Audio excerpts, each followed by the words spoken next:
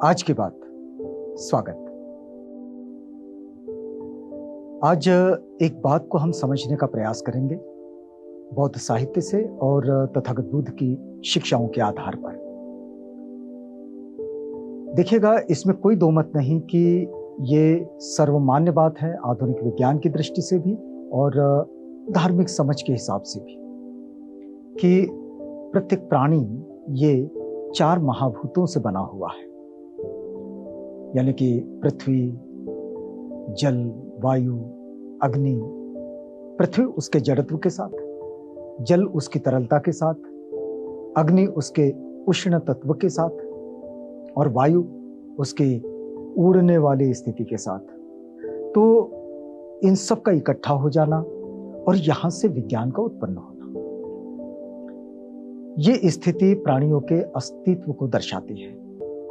अब ये विषय भी ऐसे हैं कि ये धर्म के सेगमेंट में बार बार पूछे जाते हैं, समझे जाते हैं, समझाए जाते हैं और इस पर बड़े प्रवचन भी होते हैं। लेकिन तथागत बुद्ध की शिक्षाओं से इस बात को कैसे समझें? तो देखिएगा कि भौतिकवाद और बुद्ध धम्म विज्ञान के इस निर्माण को कैसे समझता है। भौतिकवाद के पास इस बात की कोई आशंका नहीं है। भौतिकवाद बिल्कुल स्पष्ट है और बिल्कुल स्पष्टता के साथ ये कहता है कि ये जो महाभूत है, इन महाभूतों से ही विज्ञान की उत्पत्ति होती है। महाभूतों के बगैर विज्ञान की उत्पत्ति नहीं होती। लेकिन अगर इसी बात को बुद्ध धम्म की शिक्षाओं के अनुसार, बुद्ध वचनों के अनुसार समझने की कोशिश करें तो तथागत बुद्ध इस बात को जब भी बताते हैं तो ये बताते हैं कि वो ये नहीं कहते कि महाभूतों से विज्ञान की उत्पत्ति हुई है, या फिर वे ये भी नहीं कहते कि महाभूतों से विज्ञान की उत्पत्ति नहीं हुई है। तो फिर बौद्धों ने क्या सिद्धांत रखा है? यानी कि तथागत बुद्ध ने किस सिद्धांत को हम सबके सामने रखा है, जबकि बुद्ध की शिक्षाओं को आधुनिक विज्ञान की शिक्षाओं का एक दूसरा ही प्रतिबिंब कहते हैं। यानी कि तथागत बुद्ध जो कहते हैं वो बिल्कुल आधुनिक विज्ञान से जुड़ा हुआ होता है। तो आधुनिक विज्ञान और बुद्ध की शिक्षाएं, इन दोनों में कोई अंतर है ऐसा बिल्कुल नहीं माना जाता। लेकिन इस विषय पर तथागत बुद्ध जो कहते हैं, इसमें न वो हाँ में उत्तर देते हैं और ना ही वे ना में उत्तर देते हैं। तो तथागत क्या समझाते हैं, आइए जरा समझे। विज्ञान की उत्पत्ति आखिर कैसे हुई है? तो तथागत कहते हैं, भिक्षुओं, यह संसार बिना सिरे का है। अगर इस संसार की उत्पत्ति के विषय में अगर कुछ कहा जाए तो यह कहा जाएगा कि यह संसार बिना सिरे का है। मतलब इसका कोई भी आरंभ बिंदु नहीं है। फिर वे आगे कहते हैं कि इसके पूर्व सिरे का पता नहीं लगता। जो चक्षु विज्ञान के साथ का रूप है वही रूप उपादान स्कंध है।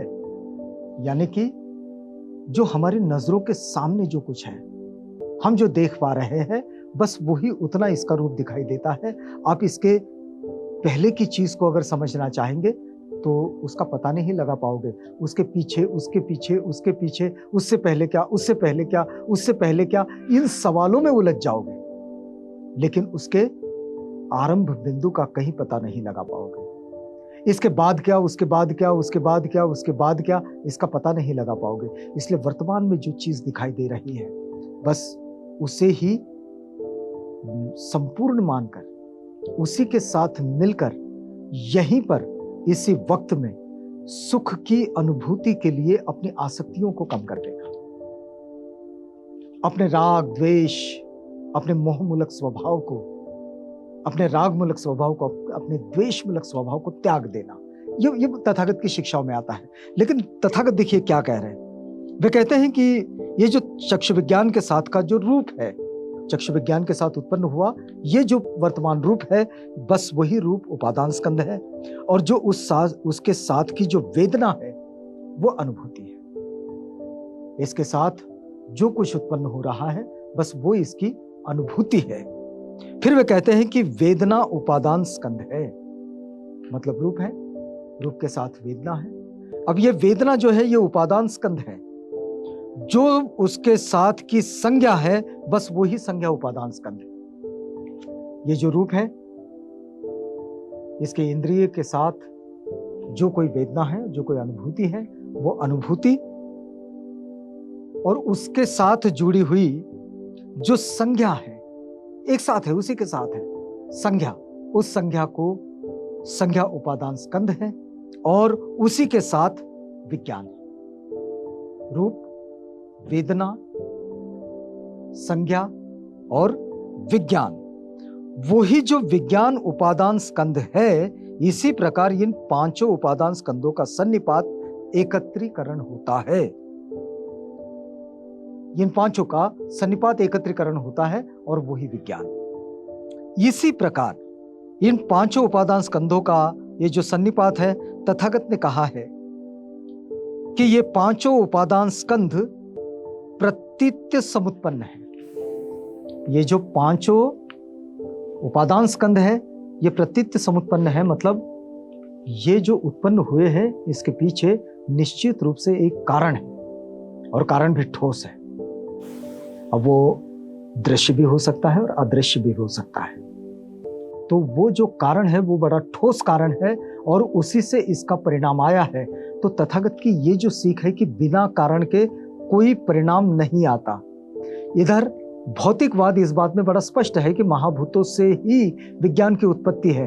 तथागत कहते हैं कि विज्ञान उत्पन्न तो हुआ है, उसके पीछे वे लेकर जाते हैं तो बताते हैं कि संज्ञा है, उसके पीछे लेकर जाते हैं बताते हैं कि वेदना है, वेदना से पीछे लेकर जाते हैं कहते हैं रूप है, और इसके पीछे और बड़े ही सूक्ष्मतम चीजें हैं जिसको खोजने की जरूरत होती है अगर ढूंढना चाहे तो।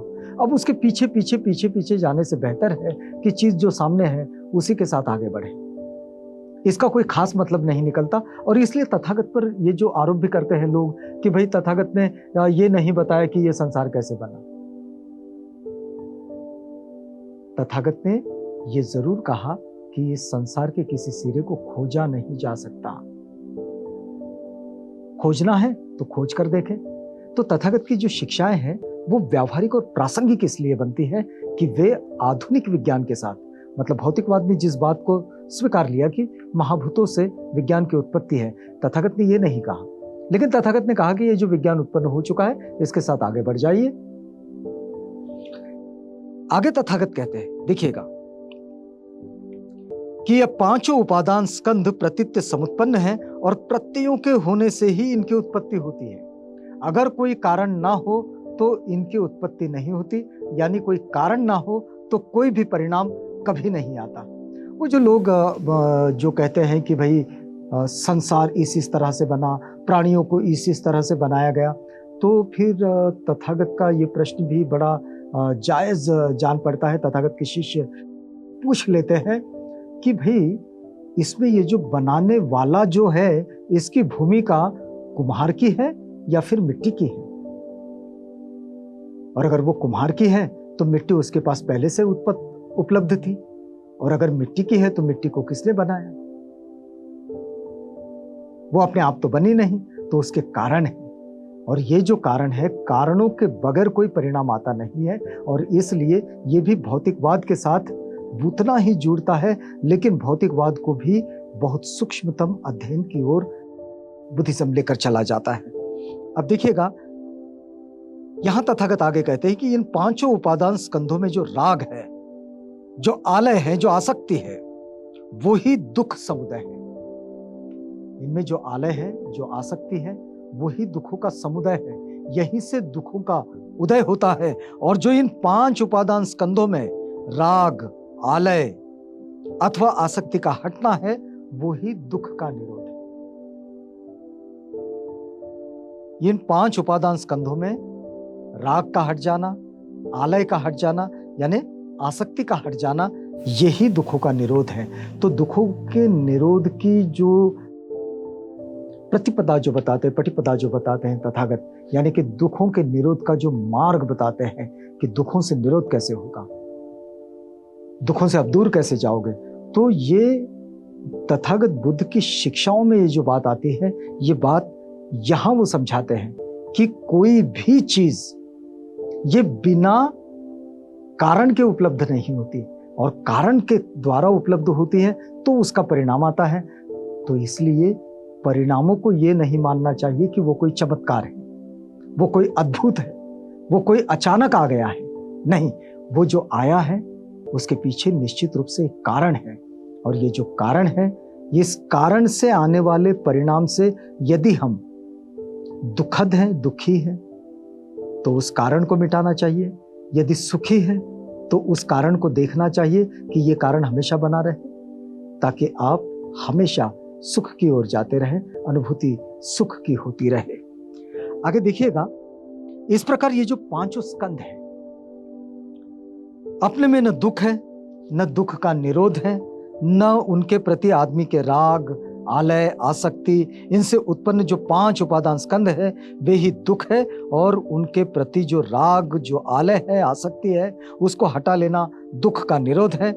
ये जो स्थिति है, तथागत बुद्ध की शिक्षाओं को हमेशा जो कहा जाता है कि तथागत बुद्ध की शिक्षाएं ये निब्बाण की शिक्षा देते हैं, यानी कि निब्बाण की ओर जाने का मार्ग प्रशस्त करते हैं, वो मार्ग दिखाते हैं। तो वो जो अन्य मान्यताओं में जिसे लोग मोक्ष कह देते हैं, मृत्यु के बाद मिलने वाला, नहीं, उसे तथागत कहते हैं कि निब्बाण मतलब अपनी आसक्तियों से, अपने मोह से, अपने राग से, अपने द्वेष से हट जाना, उस पर विजय प्राप्त कर लेना। हट जाना, विजय प्राप्त कर लेना, ये दोनों स्थितियां, इस स्थिति को निब्बाण कहा जाता है सामान्य भाषा में। यह अपने आप में बड़ी सूक्ष्मतम प्रक्रिया है, और बड़ी गंभीर और बड़ी सखोल भी है, और बड़ी विशाल भी। लेकिन इस अनुभूति की ओर जाने के लिए तथागत सिखाते हैं, और इसलिए इस बात को जब हम अपने जीवन को यापन कर रहे हैं, तब इस बात को समझना बड़ा जरूरी होता है कि वास्तव में हम जिन दुखों से भयभीत हो जाते हैं, उसके पीछे निश्चित रूप से एक कारण होता है। उस कारण को मिटा दें तो दुखों से निश्चित रूप से दूर जाते हैं, और एक दुख मुक्त जीवन की ओर हम निकल पड़ते हैं, और एक ऐसा जो स्वार्थपरक आकांक्षाओं का अंत करने वाला जो जीवन होता है, उस जीवन के हम अनुगामी बन जाते हैं। आज की बात में यहां रुकते हैं, अगली कड़ी में मिलेंगे एक और विषय के साथ।